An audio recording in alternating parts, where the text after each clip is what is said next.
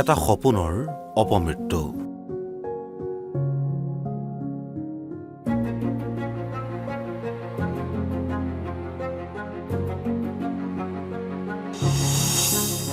কলিতে মৰহি গ'ল এটা উজ্জ্বল ভৱিষ্যত।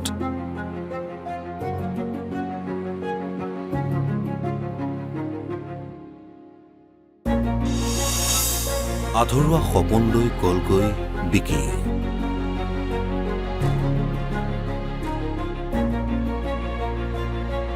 অতি কম বয়সতে দুভৰিৰ যাদুৰে নিজৰ প্ৰতিভাৰ চানেকি দিছিল বিকিয়ে। এজন সুদক্ষ খেলুৱৈ হিচাপে অসমত জনপ্ৰিয় হৈ উঠিছিল বিকি মেধি। ফুটবলৰ প্ৰতি বৰ প্ৰিয় আছিল আৰু তেওঁ ফুটবল খেলাই নহয়, ফুটবল দুটাকে লগত লৈ থাকে আৰু তেওঁ বিচনাত সেই বল দুটা বিচনাত বাগাত দিলেও লৈ থাকে আৰু তাৰ উপৰি লগ বন্ধুৰ লগতো খেলৰ লগতে জড়িত হৈ থাকে আৰু চবে তাক ভাল পায় আৰু সেইলৈকে ফুটবলৰ লগতে তাৰমানে সি যাদুকৰ সেনেকৈ থাকে। বিকিয়ে পুহি ৰাখিছিল ISL খেলাৰ সপোন, কিন্তু আধৰুৱা সপোন বুকুত লৈ চিৰদিনৰ বাবে অজান দেশলৈ গুচি গ'ল বিকি। বাক্সাৰ জলাহৰ ঘৰখনত স্মৃতি হিচাপে ৰৈ গ'ল কেৱল বিকিয়ে লাভ কৰা মেডেলসমূহ।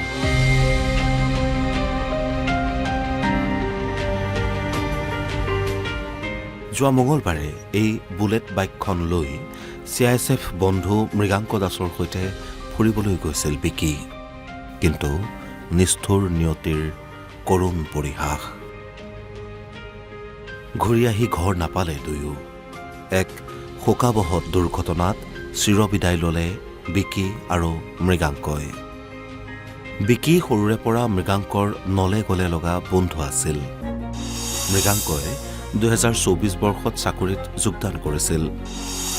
নতুনকৈ চাকৰি পোৱা মৃগাংকই 20 দিনৰ ছুটীত ঘৰলৈ আহিছিল।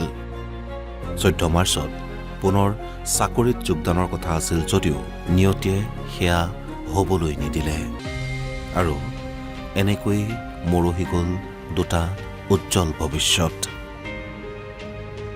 আজিও দুয়োখন ঘৰত এক শোকাকুল পৰিৱেশ। সঁচাকৈ নিয়তিও ইমান নিষ্ঠুৰ হ'ব পাৰেনে? বিকি আৰু মৃগাংকৰ আত্মাই চিৰশান্তি লাভ কৰক।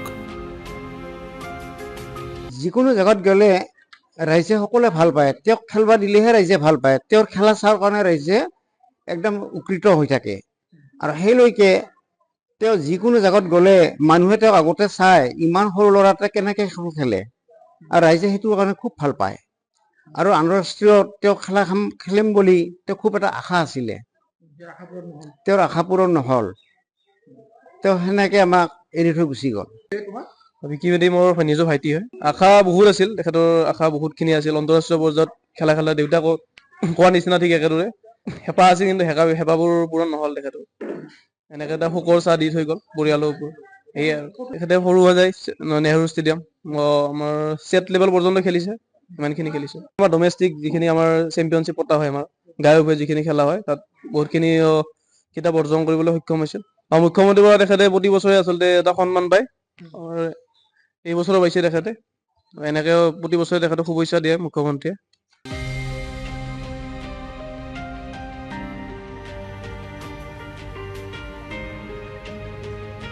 বাক্সাৰ পৰা সুবৰ্ণ পাঠকৰ ৰিপৰ্ট, অসম লাইভ 24।